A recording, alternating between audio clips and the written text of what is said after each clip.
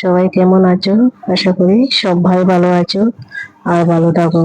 তো আজকে আবারও একটি নতুন ব্লগে জানাই সবাইকে স্বাগত আর ভালোবাসা। ওইদিকে আমি অল্প ভিডিও করছিলাম, আমার ছোট বোনজিটা আমাকে নিয়ে হাসাহাসি করছে, দেখুন কিভাবে তাই হাসছে। ও অনেক লজ্জা পায়। তো ও বলছে কি, ভাতটা খেয়ে নেই তারপরে ভিডিও করে দিও। আচ্ছা বলো তো, ভাতটা খেয়ে নিলে কি আমার খাবারটা ওঠানো হবে?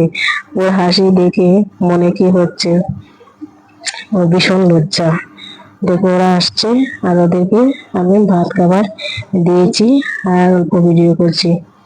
আমরা ছোট মাছ খেতে অনেকেই ভালোবাসি। তো আজকে আমি ছোট মাছ এনেছি, বাজার থেকে এনেছি। আর আজকে আমি ছোট মাছগুলাই রান্না করেছি। আর রাঁধুনি দিয়ে বানিয়েছি একটা তরকারি, আর একটা বানিয়েছি সবজি, পেঁয়াজ পেঁয়াজ বাটা দিয়ে। তো তরকারিগুলো ভীষণ স্বাদই হয়েছে। আর দেখুন সন্ধ্যার সময় আমরা আবার সিঙ্গারা টিঙ্গারা খেয়ে নিয়েছি। তো মা বিকালবেলা ফোন করেছিল যে ওরা কোন বাড়িতে যেন শ্রাদ্ধতে এসেছে। তো আমার মাসি বাড়ি মনে হয়, কিন্তু সম্পর্কটা একটু বেশি ভালোভাবে বুঝতে পারছি না। তো দেখুন মা ফোন করে বলেছে ওরা আসছে। তো আমরা কি বললাম, তো আসো আমাদের ঘরে। তো মামাকে নিয়ে মা বাবা আমাদের ঘরে আসছে। আর সেদিন ছিল শুক্রবার, আমাদের শুক্রবার, আর আমার মামা মামিরও শুক্রবার। ওই শুক্রবার দিন ওরা চলে আসছে। আর আমি সকাল সকাল বানিয়েছিলাম ঘুগনি আর রুটি। আর ওই রুটি সকালে খেয়ে তারপর আমি রান্না বান্না করলাম। রান্না বান্না করে সবাই খেয়ে দিয়ে আবার ওই শ্রাদ্ধ বাড়িতে চলে গেল। আর পর শ্রাদ্ধ বাড়ির কাজ টাজ সেরে মা বাবা আবার এসে 2-3 দিন আমাদের বাড়িতে থাকছে। তো আজকে দেখুন কতটা খারাপ লাগছে, মা বাবা আজকে চলে যাচ্ছে। আমি তো ওই দিনগুলা ভিডিও শুট করতে পারছি না, কেন কি এই ঘরে অনেকই মানুষ ছিল, গল্প গুজব করেছিলাম, রান্না বান্না করা আর খাওয়া দাওয়া কাম কাজ করা অনেক কষ্ট হয়ে যায়। তো এই জন্য আমি আর কোনো এর মধ্যে আর কোনো ভিডিও করছি না। তো দেখুন একদিন বানিয়েছিলাম মাটন তরকারি। তো মাটনটা তো অনেক দিন থেকেই ভাবছি যে আমরা মাটন খাবো। তো খাবো বললে কি আর সঙ্গে সঙ্গে হয়ে যায় না। তো ভাবলাম কি ওরা আসবে, তো মা বাবা আসবে মনে হয়, তো সবাই একসঙ্গে খাবো। একা একা খেয়ে তো আর ভালো লাগে না। তো যেদিন ওরা আসবে, আমার দুটো বোনঝি আর মা বাবা, ওই দিনকেই আমরা মাটনটা বাজার থেকে কিনে আনবো। তো আমরা ওরা আসার পরেই মাটনটা কিনে এনেছিলাম আর খেয়েছিলাম। তো আমার মেয়ে তো অনেকটাই খুশি, আর আমিও অনেকদিন থেকে খাবো খাবো, ও তবু আনা হচ্ছে না। তো আজকে আমরা খেয়েছিলাম। আর দেখুন কয়েকদিনের ঝামেলা, ঘরের মধ্যে সবগুলো কাপড় চোপড় চিত্রে পড়ে আছে। আর আজকে আমি সকাল সকাল ভাবলাম কি ওই কাজগুলো আমি আজকে সেরে নেবো, কিন্তু কি করে সারবো? আমার মেয়েকে নিয়ে তো পারাই যাচ্ছে না। তো ওকে আমি ওয়াকারে আজকে রেখে আমি ভাবলাম কি আলনার কাপড়টা নিচে ফেলে দিই। তো নিচে ফেলতে গিয়ে কি হয়েছে না, ও গাড়িটা নিয়ে পড়ে গেছে। গাড়িটা গাড়িটাতে থেকেই ও গাড়িটা নিয়ে উল্টে পড়ে গেছে। কতটা খারাপ লাগছে, ভীষণ ব্যথা পেয়েছে ও। আর কি করবো, আমি নিজেও কান্নাকাটি করে আবার কাজ করতে শুরু করলাম। অনেক দিনের কাপড়, ওদের ছোট মোটো কাপড় আর আমাদের রেগুলার কাপড় সবগুলোই চিত্রে পড়ে আছে। তো আজকে দেখি কিছুক্ষণ সময় নিয়ে তো পারে কিনা। ওইগুলা করতে তো সারাটা দিন লেগেই যায়, আর সময়ও লাগে অনেকটা, কিন্তু কি করব। ও ওদের ছোট ছোট কাপড়গুলি ওই ব্যাগে ঢুকিয়ে রেখেছি আমি, কোথায় রাখবো সেগুলি ভেবেই পাচ্ছি না। কোনটা কোন দিকে সব এলোমেলো হয়ে আছে। আর আরো একটা ভাবছিলাম, ও তো কয়েকদিন আগে আমি দুটো ফুল বালিশ বানিয়েছিলাম। তো আজকে ভাবলাম কি ওই ফুল বালিশটা দুটো কভার বানাবো। কভার আর কি বানাবো, কাঁচি আর কাপড় নিয়ে কাটতেই পারি না। আমার মেয়ে যন্ত্রণা, কি করবো, ও আমার পিছন পিছন এসে ধরে উঠে দাঁড়িয়ে পড়ে। আর ধরে দাঁড়ালেই তো টেনশন হয়ে যায়, কোন সময় উল্টে পাল্টে পড়ে যাবে, আর পড়েই যায়। আজকে তো দুবার পড়ে গেছে। তো কি আর করবো, কিছু করার নেই, করতে তো কাজ করবো। তো আমি একা না, ওর বাবাও আমার সঙ্গে অনেকটাই কাজে হেল্প করে। আর কাপড় চোপড় ধুইতে গেলে ঝোল অনেকটা লাগে, ঝোল ফিল্টার করা, রান্না বাড়া সব কিছু কাজ আমরা দুজনেই সমাধান দিতে হয়।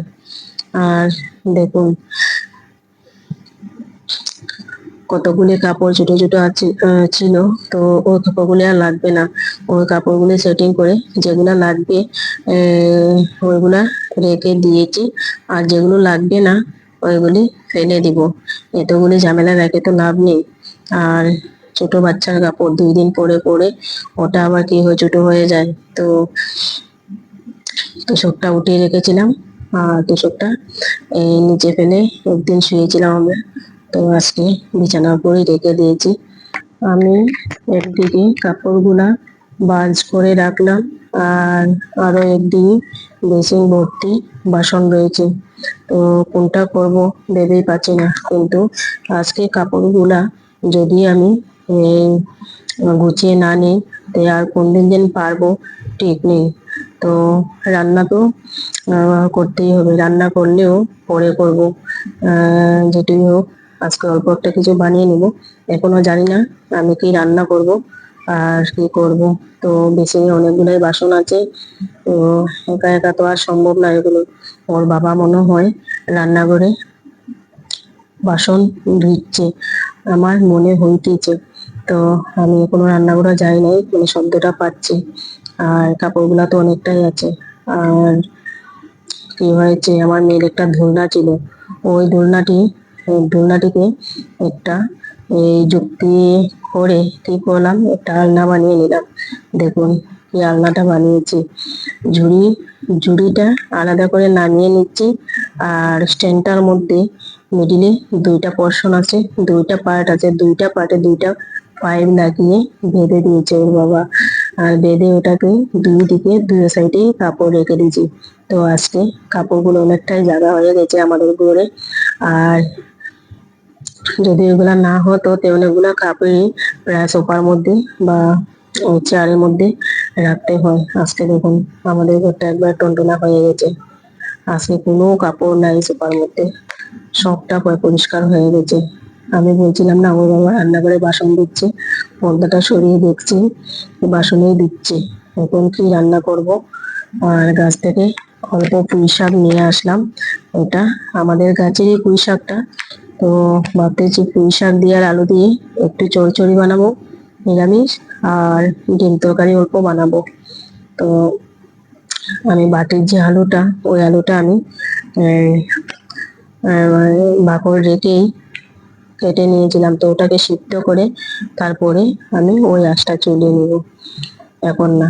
তো আমার পুঁই শাকটা কিছুটা আমার মেয়ের খাবারে এড করে দেবো আজকে।